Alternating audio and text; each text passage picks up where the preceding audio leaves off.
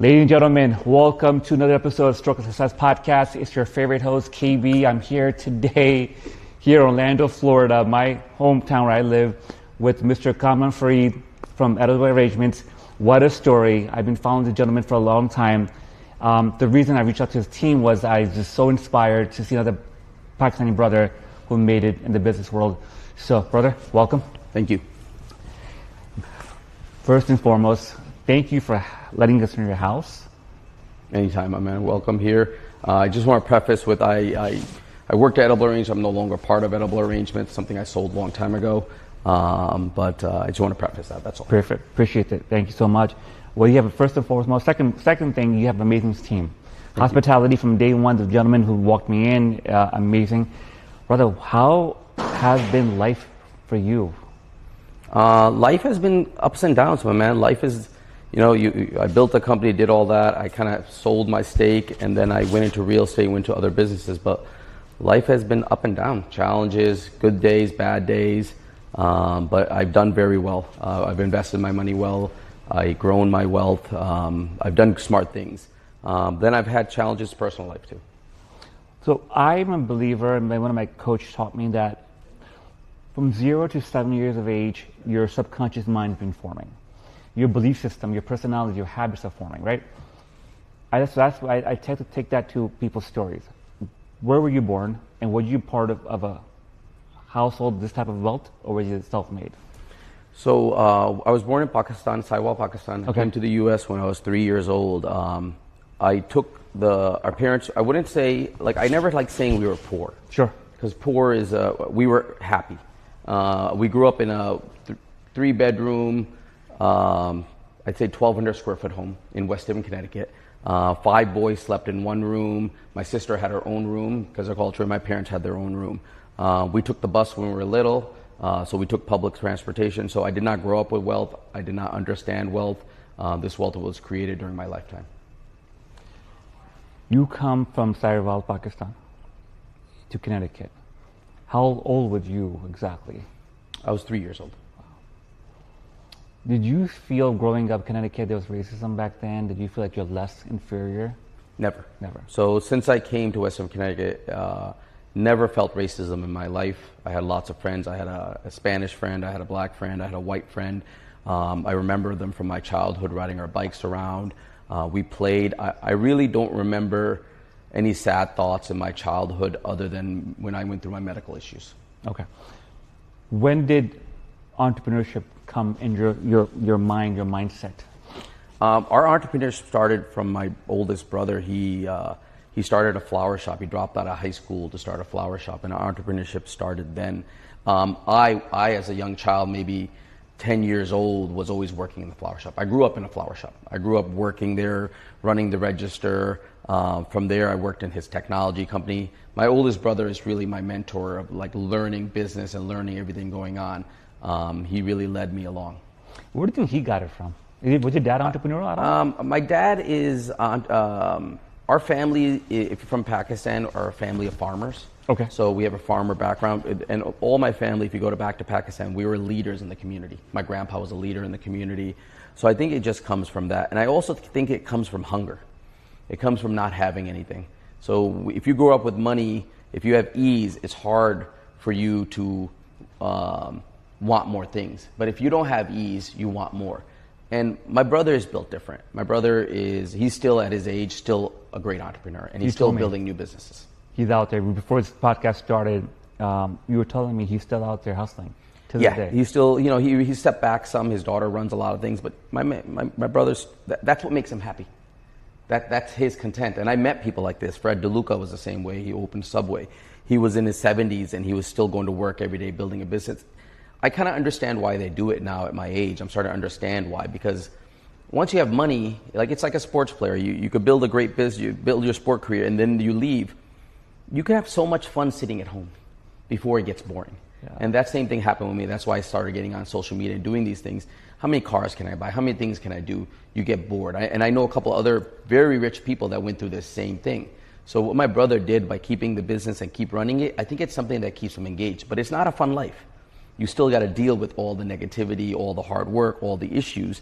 But at the same time, he has a purpose. Yeah, that's insane. I'm going to take a wild guess, your personality. I've spent about an hour with you. It's been a pleasure. Very interesting individual. I can see how you got what you are in life. You're direct. You know what you want. I'm going to go back many years. High school. You a ladies' man? Bro, I never... So my family was very religious. Okay. So we're Muslim, and I was the furthest thing from a ladies' man. Wow. I was an overweight kid. I was literally overweight since I had leukemia as a child. I got overweight, and I always struggled with my weight. My family was very religious. I never even talked to a girl or kissed a girl till maybe, I'd say mid-20s. Mid-20s. You're very charismatic now. Yes. That's what I'm saying. So like that. This is not what you were initially. I think I was always a jokester. I was There you funny. go. I had a personality. My teachers always liked me. I was always a class clown. I just was not a woman's man. I didn't understand that. Did I want to meet women? Did I? Of Have course. interest? Yeah. Of course, I had interest. I just did. I had a lot of, I would say, religious trauma. Like you grow up so religious that you're segregated from Muslim and women and separate. And you got to remember, I was the youngest in my family. So I probably had 4 brothers telling me you can't do this, and I had a sister telling me you can't do this. And then I probably grew up in the most religious, and my brothers are the same. 2 of my brothers are still very religious. Everyone else is like middle ground, or 3 brothers. So for me, yeah. So I especially speaking on that, religion for me has been the same thing. Born and raised in Brooklyn, New York, I was telling you. You know, we have people with hijabs on. New York is it's like Banduville. There's a lot of people that come in Brooklyn. Yeah, villagers. It Yes. means villagers. Not Manhattan. And my mom was a villager, just so you know, so I don't like that word. But Okay. go I'm ahead. so sorry. My family's from Lahore too, from the village, right? And I didn't mean that it offends you. But it was like they were not very savvy, and they held a lot of judgment on people. Yep. I don't think that has anything to do with villagers. I think that has to do with just religion. When anyone is extreme in anything, if you're so extreme in religion and you're extreme in your thoughts, all you do is judge. The people that are the most judgmental are extremists. So if you're extreme in Republicans, you're going to judge every Democrat. If you're extreme in Christianity, you're going to judge everyone that's not Christian. If you're extreme in Muslim, you're going to judge everyone because that's what you're told to do when you're extreme. So for me, it's finding that middle ground where I'm still religious. I still have some of my things that I do religious, but my life is not revolve around religion only. That's the environment I was growing up in, where it was. I saw people that were leaving their family to go on the call of duty of religion, and families are falling apart and behind the scenes, right? And so, but what I said by brain, I don't even know what that really means, but I meant like in the sense that they were not they didn't accustomed to the ways in America. For me, I think that's majority of Pakistanis. Like they come here, Mexicans do it. Sure. Every culture does it. They stay in their culture because they're comfortable. So the Spanish stay with Spanish, and they only speak Spanish. You go to Brooklyn Heights, Paki stay with Paki because they're just from back home. You got to remember, if you come here in your 30s, you're going to relate with that. Sure. It's nothing to do with education. I get it. Like if you grew up in Pakistan, Lahore, in a big town, and you're Western, and you had good food, of course you come to America, you're going to relate because you had that. But if you're in Pakistan and you lived in a village or even a small town, you're going to relate more with Pakistani people, and you didn't know the Western culture. Sure. That's all it is. Good point. That's a very good point. What year, how old were you? We'll go back. How old were you when you started to see the family started seeing success with the entrepreneurship? I'm going to say probably in middle school for me. Okay. We had opened multiple flower shops. My brother again is an entrepreneurial genius. He had opened multiple flower shops. He had a technology company. We also lived as a family network. So this whole thing in America of like everyone having their own home, everyone having their own things, we didn't live like that. Everyone literally shared things. We put our money into the same pot. My mom was the first one to give us the money to open the first flower shop. We didn't have enough money, and my mom somehow pulled 20 grand out to give us that money to open a flower shop. So I think what we've lost in America is that community. Everyone wants to do their own thing, and this community of families staying together. And I want to preface one more thing. As much as I was religious and maybe I missed out some childhood and having fun and meeting girls and partying, I think it saved me too. It kept me away from drugs. It kept me away from wasting my time on dumb things. Maybe I spent a lot of time at the mosque and I spent a lot of time praying and all these things, but it also protected me from doing bad things. And it made me focus on work. So I don't look at it as a bad thing either. I don't think I would be where I am right now if I had smoked weed when I was young. So I don't think I would be as successful because it would have literally made me complacent. And these are things I didn't do because religion protected me. So there's one positive you're saying that, but many positives that you saw from the religion contributed to your success. What was it? I mean, religion, you think that's one of the positives that probably contributed to your success. It No, would keep absolutely. you in order. It keeps structure. Yeah. And it kept respect in our family. We knew the hierarchy in our family. It comes from our culture. Like, we did not disrespect. My oldest brother, I'm 46, I still call him Baitarik. Yeah. So it's a respect thing that was built in our family, and it still stays. It's just from our culture. So I think these things are important. And Italians had this. You go back to America in the 50s, they used to all live together. Yeah. And they would save their money together, then they would all go buy a house for the next family member. And then that family member would save and bring other family members over, and they'd save and they'd buy another car. Yeah. We've kind of lost that. Like, you turn 18, you go get your own car, you get your own apartment, you get your own place. And this is the biggest destroyer of wealth in America. The separation. The separation and the loss of family. Like, they always talk about how community raises a family. We don't have a community raise a family anymore. Families, like, after 18, 20, the kids leave, they go run their own lives. My brother, when he first got married, his wife and his kids lived with us. Even in his 20s. It wasn't until he was 26, he bought his own house. But we all lived as a family, communally together. And these things, I think, were important for us, number one, to save money, and number two, to keep that family structure. Family structure is gone now. And I think that's a big reason why we're seeing the times we're in right now. Going back to by the way, I had a stroke, I told you.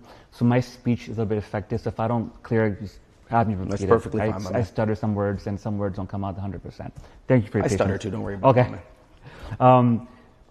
Family structure, off the camera, we're having a conversation how men don't really lead. So, brother, I'll tell you about my story. My dad walked on me at age 5. Mom raised me. My nanny, my mom's mom, moved in with me. So 2 women raised me my whole life. I wish that I had a male figure to say, hey, don't do this, go play some sports, do this. Because I can see where I lack some stuff going out without a father figure. Let's talk about that. How important is it to have a male in your household and be a leader? So moms are here for love. Right. If you look at moms, they create life. In Islam, we say heaven is beneath your mother's feet. So we raise women up very, very high. Moms are very loving. Moms will show you love a dad can never show you. But dads make men. So if you want a man, that's why I always tell dads, you need to be in your father's life. You don't have to be there every day if you can. If you can, that's great. But you also can't be soft with your kids. You have to show them masculine energy. You have to be rough with them. You have to tell them no. A mom will not say no. I have a friend of mine, his son is 23. He literally stays in bed all day. And his father gets mad at him, saying, get out of bed, get out of bed. And the mom comes running over saying, leave him alone. He has depression. Let him sleep. She's destroying that child. She's literally destroying him by making him think, because the real world doesn't work like that. No one cares about your depression. No one cares about your issues. No one cares as a man. As a woman, people care. And this is a true saying. People, when the ship sinks, who gets off the ship first? Women. Women and children. Yes. The men, what do? We die. Yeah. We die. So that's why men have to be tougher. We have to give them to be strong and know what the real world is. If we make men soft like they are nowadays, it's not a good thing. I'm sorry, I see these kids, they're not masculine, and they want to talk about their problems, and I'm like, no one cares. No one's there to save you. I got divorced, no one was there to help me. No one was there. And I realized this very young age, I was attacked by communities and people. No one was there to help me because I'm a man. And I had wealth. Maybe because I had wealth, no one wanted to do it. But of course, I had my good friends that were there. I had certain people I could trust on. But society doesn't care. Brother, let's go back to a second, though. Like, if you don't think the wealth you had, you don't think people will say, oh, come on, brother, sit over here, you poor thing. I think we get be more empathetic. But yes, we see the money, like, oh, he has probably therapists, he probably has this. No one cares. No one cares. Even if you don't have money, no one cares, my man. F off. When was the last time you saw someone in depression? You'll talk to them. Sure. You'll try to help them. But society doesn't care. Yes. Society's like, get up and go do something. No one cares how you that's the feel. way it should be. I agree. Like as a man, you should get up and go do something. Like even there's probably to a point with women too. That's where it is. Why do you think there's so many single women that are working now? They've had to become masculine because they have to go get jobs. They have to pay their bills. They have to run their lives and all this stuff. And they're going out with men that aren't masculine. And the men are like, oh, you got to pay half. And there's a lot of issues here. This is the bigger thing to unfold in this. But there's 100% an issue here we need to fix. Your contribution to the business, I'm not getting too much into it. Like, what was your niche, you would say? Yes. So I'm an operations person. I'm the type of person you can bring into a room and I'll tell you everything wrong. Wow. And then I'll fix it. I'm the type, if you see my house, I'm a perfectionist. Everything's put in a certain place. Everything's kept a certain way. That's where it is. So I was an operations, like I'd say call myself an operations genius. When it comes to doing something, I used to go to Starbucks and I'll never forget it. When it first opened and I could see all the issues. And I would say, move this person here, move that person here, do this, and this line will move quicker. Because in retail, it's all about moving the line.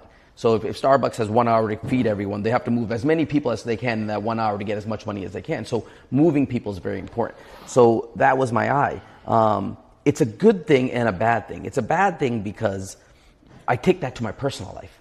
But when it comes to business, it's a great thing. I used to have a real estate agent, and he used to always try to sell me property. And he'd always call me up, and I never bought anything from him.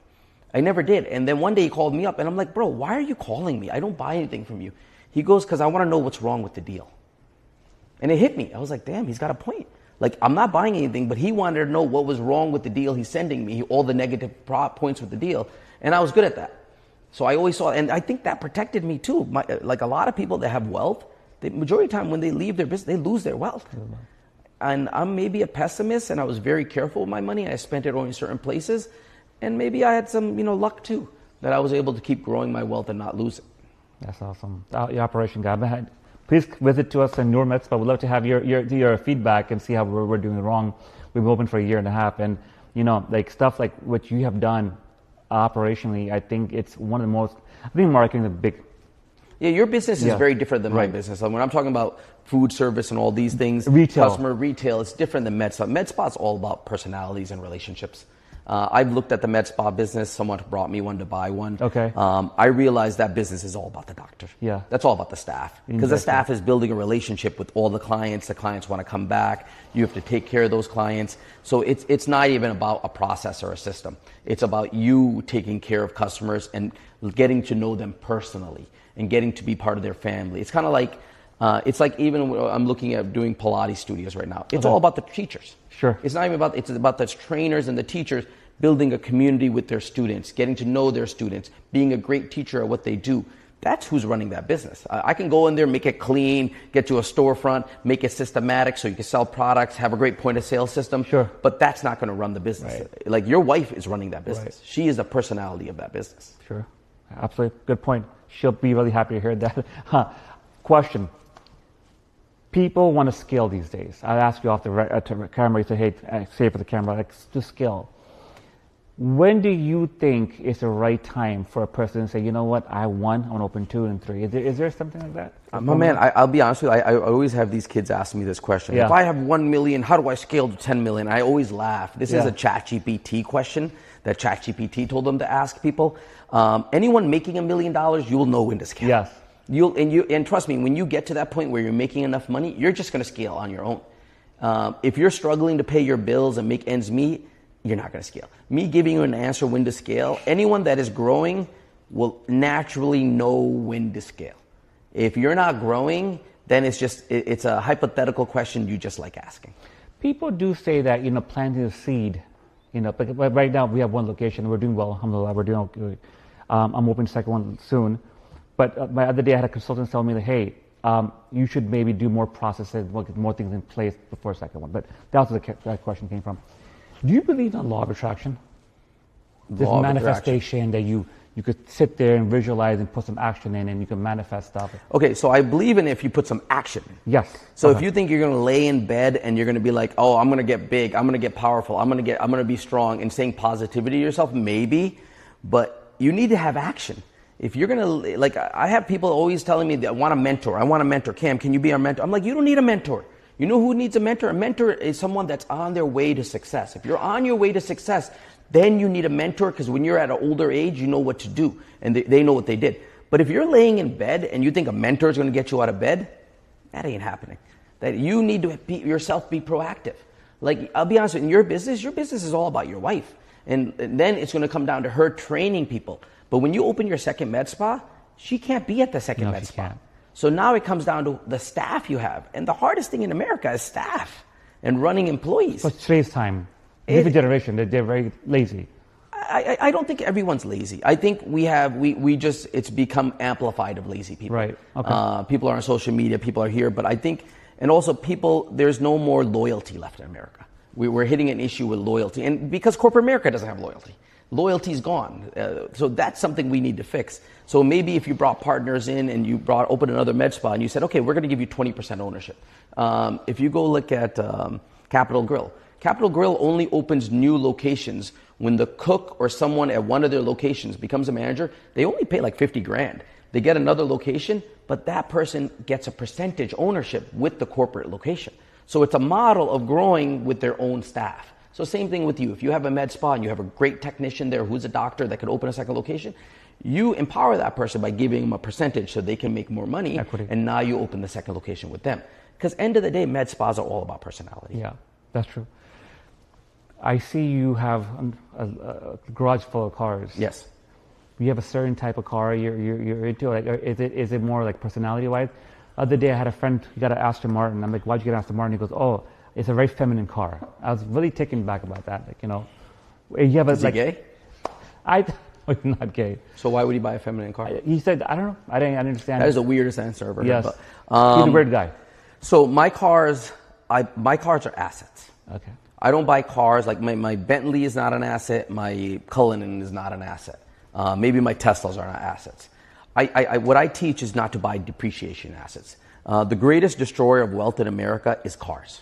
These kids are young, they're buying these cars, they are using compound interest to buy a car that is going to be worth, maybe they buy for $100,000, that's going to be worth $20,000 in 5 years.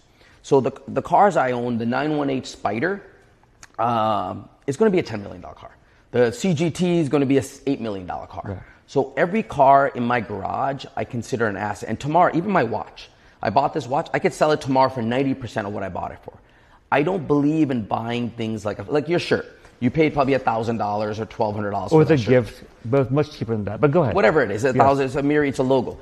There's no resale value of that shirt. Nothing. So for me, I buy things that I like. Like if you like that shirt, it's fine. If you want to wear it, but I also don't feel like anyone should be flexing with logos. Sure. You're literally flexing someone's logo to make yourself look rich to who? Poor people?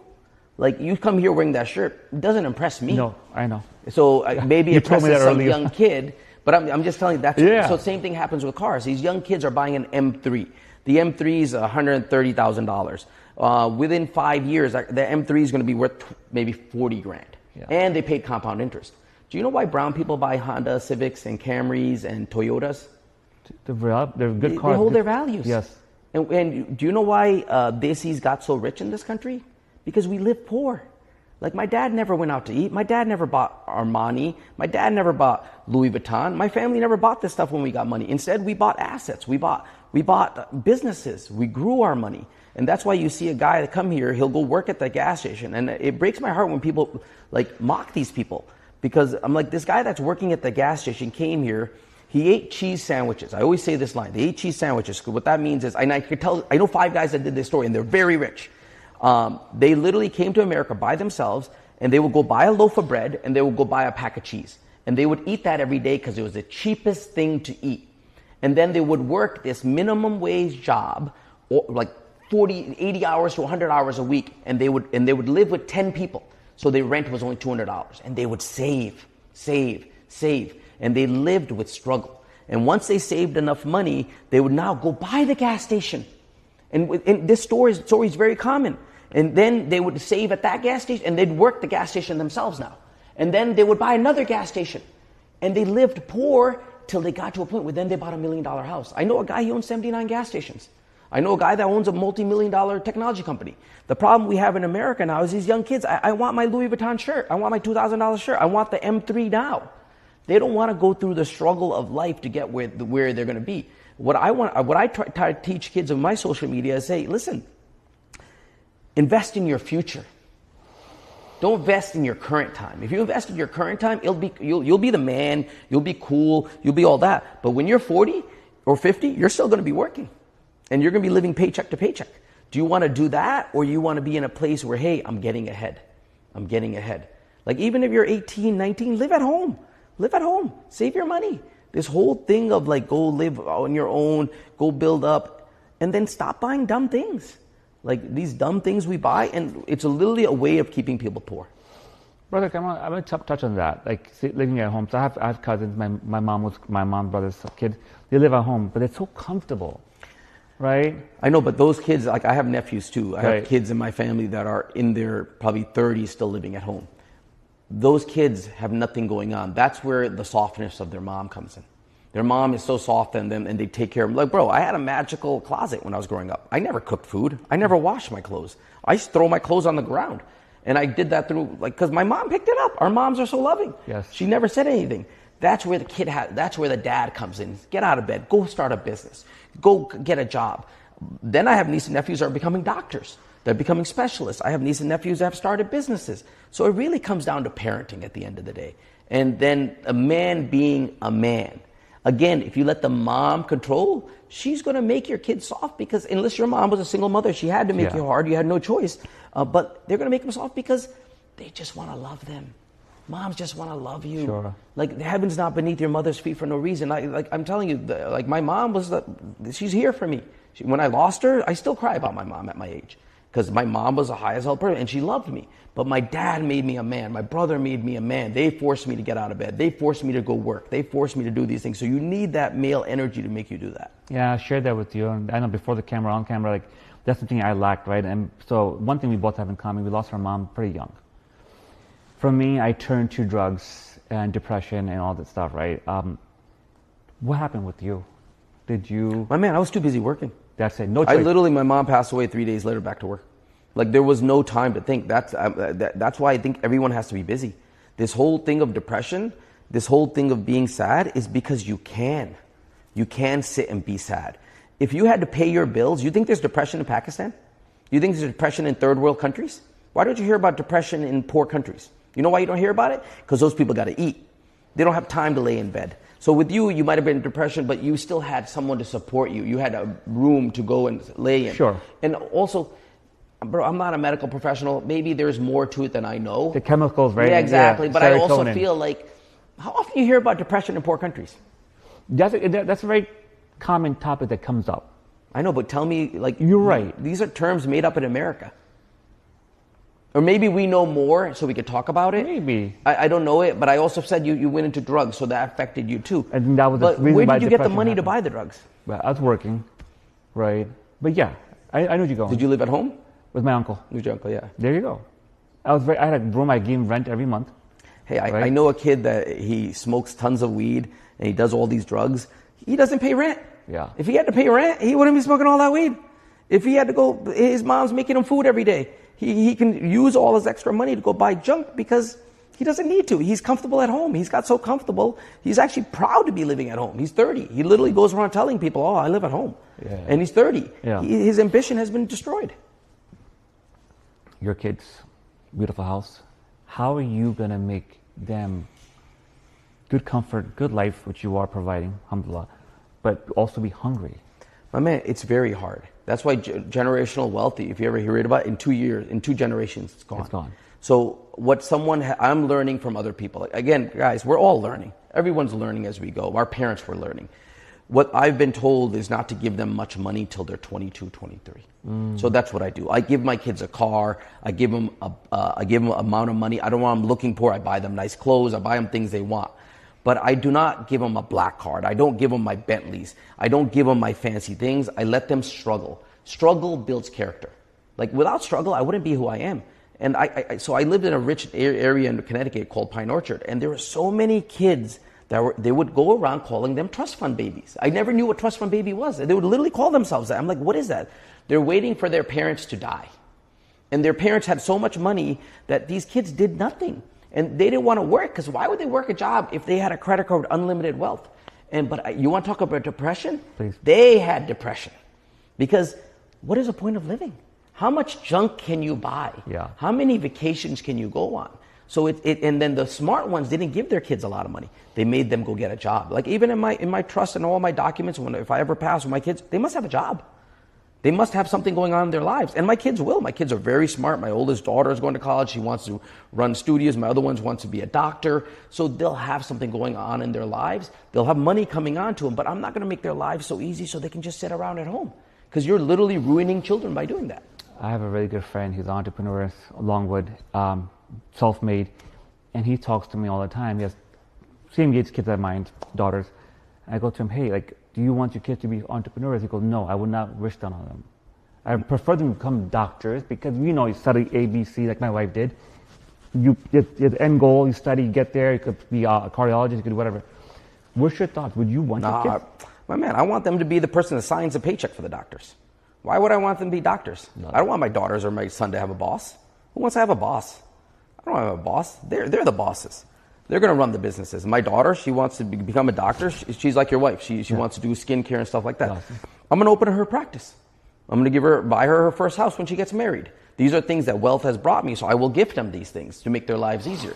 But I'm not going to make their lives easier so they can just sit at home. Yeah. But you want them to be leaders. Like a doctor is our cultural thing. Become an engineer, become a doctor. It's something that, when I first moved to this neighborhood, I met a lady. First thing, Indian lady, she came up to me. She was walking. I was walking. She's like, first question, what do you do? And I was like, I used to sell fruit. And she goes, where do you live? She was literally sizing me up. Yeah. And I'm like, I live on Cartmel. And then she's like, I'm a doctor. My daughter's a doctor. My son's a doctor. And she was so proud. Proud of it. Well, she didn't know I was worth 100 times her whole family put together. Because she was so happy them being a doctor. Doctors really aren't that rich, bro. No. Unless you're a specialist you own a practice. You know who's rich? The dude that signs a doctor's paycheck. Yes. Even sports players. People are like, sports players are rich. No. The guy that signs a sports player's check is the rich guy. No. The top sports players, like the number one ones, maybe they're very rich. Yeah. But true wealth is the business owners. Entrepreneurship is where true wealth is created. 100%. Patrick Bet-David, heard of him? He's a speaker, he's an entrepreneur. He talks about how, people can either make wealth with stocks or business or real estate. Mm-hmm. You guys started with business. Yep. Someone young wants to become wealthy. Yep. 18, 21-year-old hard worker. Mm-hmm. What advice do you give him? Number one, be poor. Save your money so either you can invest in a business, you can buy stocks, or when you see an opportunity, you have the money to do it. Because end of the day, if you don't have cash flow to invest in an opportunity, doesn't matter. Who cares? Right. And when you have no money, no one's giving you a loan. No. They'll give you a loan for debt for college. Sure. They'll give you a loan to get credit card and get you in debt at 22%. A car. Yeah, anything or a car. Yeah. But they won't give you a business loan. No. So you have to save money. You have to live poor. You have to bank. And then I teach kids to buy stocks. Why aren't you guys buying stock? Do what the rich do. Buy the index every week. But instead of spending $100 at Starbucks every week, buy $100 of the S&P 500 index or buy $100 of Tesla stock and then leave it alone. Because when you're 40, it's going to be worth real money. Don't go buy that Louis Vuitton shirt. Who cares? If you want to buy a shirt, go to Marshall's, buy a shirt, go to a tailor, spend $10 and get it fitted. No one cares about fat people wearing a Louis Vuitton shirt. No one cares. If you want to look good, just take care of your body first. And then everything else will come together. I can't teach anyone to be rich too. This is the other thing. Everyone's like, how do I get rich? I can't teach you how to get rich. That's going to be you. There's many things that come involved with that. It's hard work. It's luck. It's entrepreneurship. It may be, my man, there's kids that bought crypto when it was in pennies. Overnight. And no, not even overnight, over 10 years. And everyone was making fun of them. When they were buying Bitcoin, they were like, you're an idiot, you're buying Bitcoin, what are you, dumb? It's going to go to nothing. And they put $1 into it. Now it's worth 100 million. So it's luck too, and it's intelligence. I knew a kid, so I used to go to Southern Connecticut State University and I donate to them. And one of the teachers told me she knew a kid, he used to mine Bitcoin back in the 2000s in his bedroom. He would rent apartments that had free electricity. And he would mine Bitcoin back then. No one knows where this kid is anymore. He's probably a billionaire and he took off and he disappeared. So that's what I'm trying to tell you. Like, there's ways of making money I don't even know. I can't tell you how to get rich. The world is constantly changing. Yeah. For me, it was entrepreneurship. It was building a business. It was franchising. It was doing all this. And then taking that wealth, I started buying real estate. I got into stocks. I got into investing. And I fell down many times too, on my face. And I got back up. I just never over-levered. I don't lever. I never levered myself. If I levered, I'd be probably 10 times richer. But I got enough money. Yeah, that's amazing. Brother, what do you think the habits? I mean, so I'm a big believer of habits, right? My 20s, like I told you, addict, depressed, all that crap. I learned how to, first and foremost, control the mind. My mentor told me, before investing in these other things, invest in yourself. Self-development. Self-development for me has saved my life, after the stroke especially. How much have you done self-development? What does self-development mean?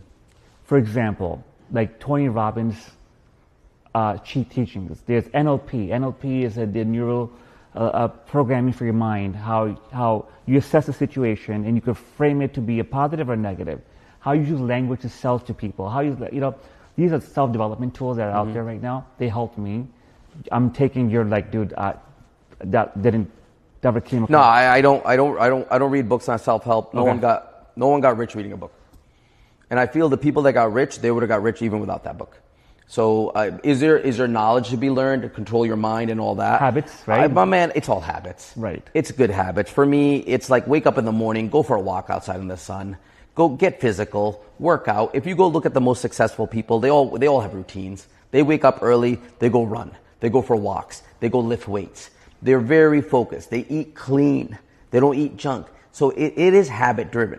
No book is going to fix you. No course is going to fix you. None of that stuff is going to fix you. They can teach you those habits. They can show you and say, hey, this is the paradigm. This is the reason why you are broke right now. If you change these habits, so you give people higher mentors. Yeah, but man, so everyone knows what they got to do. They don't do it. Bro, it's like everyone's saying, I'm overweight and I want to lose weight. Everyone knows they got to stop eating. Yeah. But you think a book's going to make them stop eating? No. It's going to be you changing your mindset. It's you getting up one day. Like for me, it was like, I don't know what it was. One day I just woke up and said, what am I doing? And I was fat my whole life. I struggled with my weight. And I started walking and I literally cut all my friends out. I disappeared for 3 months and I came back a new person. I quit weed. I quit everything bad. I stopped smoking. I stopped vaping. I literally stopped it all. I went cold turkey. And I'm the type that if I do something a little bit, I go hard. I don't just do it a little bit. I do it a lot. If I have a little sugar, I'll want sugar all day. I'll be eating a bag of sugar later at the end of the day. That's just my personality. So I just cut it all out. I went cold turkey. And that's what I did. I went for walks every morning. I focused my mind. And I realize it now. Some days I'm sad. And I realize because I'm not working out anymore. I stopped clearing my mind. Like for me, I think everyone should walk. Everyone should. You don't need to run. You don't need to go to the gym. You don't need to lift weights. I want you to start by waking up early and going for a walk in the sun. And let your thoughts be cleared out. Because we all have trauma. We all have issues. We all have this. And believe it or not, that 3-mile walk, after just walking I walk with a weighted vest. I walk, it just clears my mind. I always have we wake up in the morning. Who wakes up happy in the morning, bro? Like maybe super happy people. I am. Super happy people that now can do I it. am. I don't wake up happy in the morning, my man. I want to destroy the world. Like you came this morning. I saw that. I saw it. You saw the monster come out. But the end of the day, once I go for that walk, it clears my mind. Yeah. So this is what I found that works for me. Yeah. And I found this with the most successful people. I've been around a lot of billionaires. I'm sure. And these billionaires always have great routines. Yes. They get up, they work, they go for runs, they do their thing, they go lift weights. Everyone needs that. But if you can't get out of bed, I can't help you. You can't help it. Yeah, I'm not even going to help you. I'll tell you what to do. Bro, you can go tell people all day long what to do. They got to do it. They got to do it. And this whole mentorship, can you mentor me? Can you mentor? I hear it all day long. You have a reel on your social media. About that. I saw the other day, and you're 100% right. You said it, I'm going to paraphrase it. To get a mentor, first you have to make money. And then, hey, how do I go from here? But if you cannot get out of bed, you cannot control what you put in your mouth. You can't even get your goals written out and next day tasks written out. What's the point of mentorship? My man, there is no mentorship. That's some you know what you need. You need a stick to be beat with. Let's say that. You need a stick to be beat with, so you get out of bed and you get shit done. And our culture does that. Bro, my brother did that. My dad did that. So we have a culture that's a little rougher. We're not a very loving culture. Desi culture is a very negative culture. You don't see how we put each other down nonstop. And that's why we're so hard on each other. That's why we are the way we are. Bro, I'm the king of roasting because I was roasted my whole life. A car used to chase me in Pakistan, mortu, mortu, mortu, and they used to slap on the window when I was like 6 years old and I had leukemia. And there's yelling mortu. Bring back bullying. Bring back bullying. I'm sorry, because this thing of I love you, you love me is BS. It's BS. No one loves you. No one cares about you. Like, bring it back so people become stronger and become tougher again. This kindness stuff, I love it. It feels great. It looks great, but it's not reality. It's not reality. Brother, you're inspiring a lot of people. I'm going to start wrapping this up. You're very kind to give me your time and day in your house here to do this. The reason I reached out to you is I came across your profile. I started looking you up. You're raw with your comments. You don't hold back. You're not politically correct. I love that about you. You share your comments about the Desi culture, the society we live in, and you're right. What's your final message? The reason why I started Stroke of Success was I had a stroke. I was bedridden. I lost everything. And I turned to self-development. I found God, connection to God, higher power. I'm not religious by any means. And I changed my habits, and I found entrepreneurship. My podcast was a great channel for me, a platform to come to people like yourself, to other amazing entrepreneurs and share the story. So in closing, what would you say?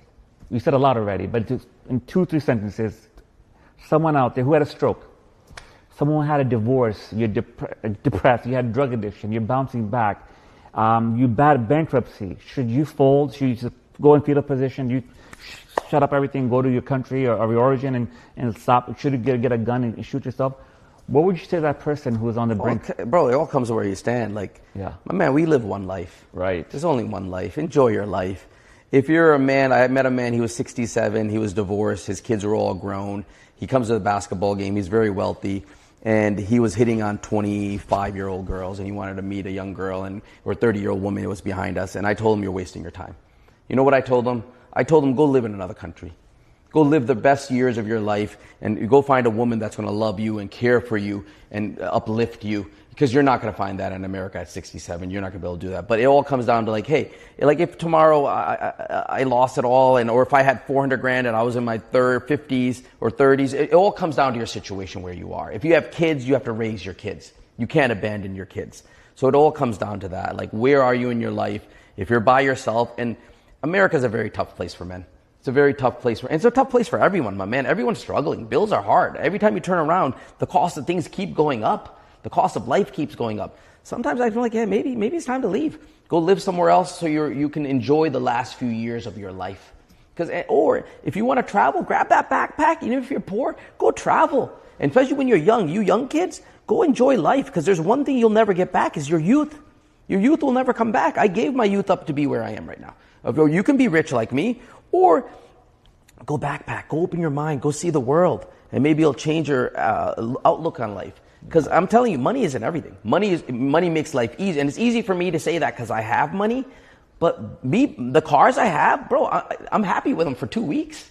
That's why I stopped. I stopped buying cars because I was like, I'm gonna buy this car, or I buy this car. I bought every car, and I got to that point of like, it's not making me happy. You know what makes me happy now? Giving back to kids. Me telling a kid to go for walks, and he calls me up. He goes, I lost 20 pounds. Or some kid said, hey, I invested my money. I'm up $3,000 in my account, and I'm going to start a business. Or I'm getting healthy. Like, these are the things that make me happy. Because, guys, we all have one life. Just remember that. End of the day, there's not another life to be lived. Wow. Amazing. I can see you being, I don't know, an author, have a book. I see you doing stage keynotes. I know you're doing your Kickstream. What's in the next chapters for you? Any plans of doing more stuff for the public? My man, I'm like I said, I go hard on whatever I do. Yeah. As long as the public wants me and the kids want to listen to me, and I feel there's some positivity, it's great. Or I might just disappear one day, go get on my yacht, or get a yacht, go travel the world, and just take off. Because I don't need to do this. I don't make money from this. Nothing. I'm not making any business from this. I'm not gonna. The only thing, maybe I'm getting social status, so I can go places, I can meet people. I don't need it. I'm rich. Yeah. Like as is, I walk into a room, people know who I am. Everyone wants to pitch their deal to me. I honestly feel I have a higher conscience. I got to a place where money doesn't drive me, things don't drive me, and the only thing that makes me happy is seeing kids happy. If I could change a couple of kids' lives so they don't go buy that Louis Vuitton shirt, instead they go buy stock, or they invest in a business, or they don't buy that car because they want to flex when they're young, instead they invest their money so when they're older they can live comfortably, that's what makes me happy. It really does. Like giving back, even me, I told kids, if I make money on social media, it's going to go toward opening kids' businesses. I will put all my money toward opening you guys' businesses. I don't need it. I don't need it. If I make another 100 million, it makes no difference to me. I'm still going to live here like this. It doesn't make sense. So for me, it's honestly, it's giving back now. That's where I am in life. Love it. Where can we find you? You can find me on Instagram. You can find me on TikTok, Narmak007, which is my name backwards, Narmak007. That's about it, guys. I really don't, like, again, I'm not selling courses. I'm not selling anything. Everything I'll ever do is free. I'll never send you guys bad knowledge. And I'm one thing I think people relate with me is because I'm honest. I'll tell you the mistakes I made. I'll tell you the wins I had. I'll tell you everything because I have no need to flex. I don't even edit my videos. My videos aren't even edited. I literally put up my shoot. Yeah. And I say, and people make fun of me because it's real. It's real. We're human. If the video's too perfect, the editing is too perfect, it's not real anymore. It's not authentic. And that's what this world, and these guys, I hate, what people I hate? The guys with the Lamborghini behind them, and they're telling you, buy my course and I'll make you rich if you buy my course. Why is a rich dude with a Lamborghini and all this money going after young kids that are trying to find a solution in their life? Yeah. And no course is going to make you rich, guys. No book's going to make you rich. And this 75-day hard things I hear all the time, I'm doing 75-day hard, read 10 pages. No, don't do 75-day hard, do life hard. Do life hard. Do it for the rest of your life. 75 days ain't going to change you. I'm not going to drink alcohol for 7 days. I'm going to run every day for 75 days. Be quiet. And show me one successful person that did 75 hard. There's none. There's none. They do life hard. That's how they run their business. Love it. Love it. Awesome. Brother, thank you so much. Thank you. God bless you. Thank you.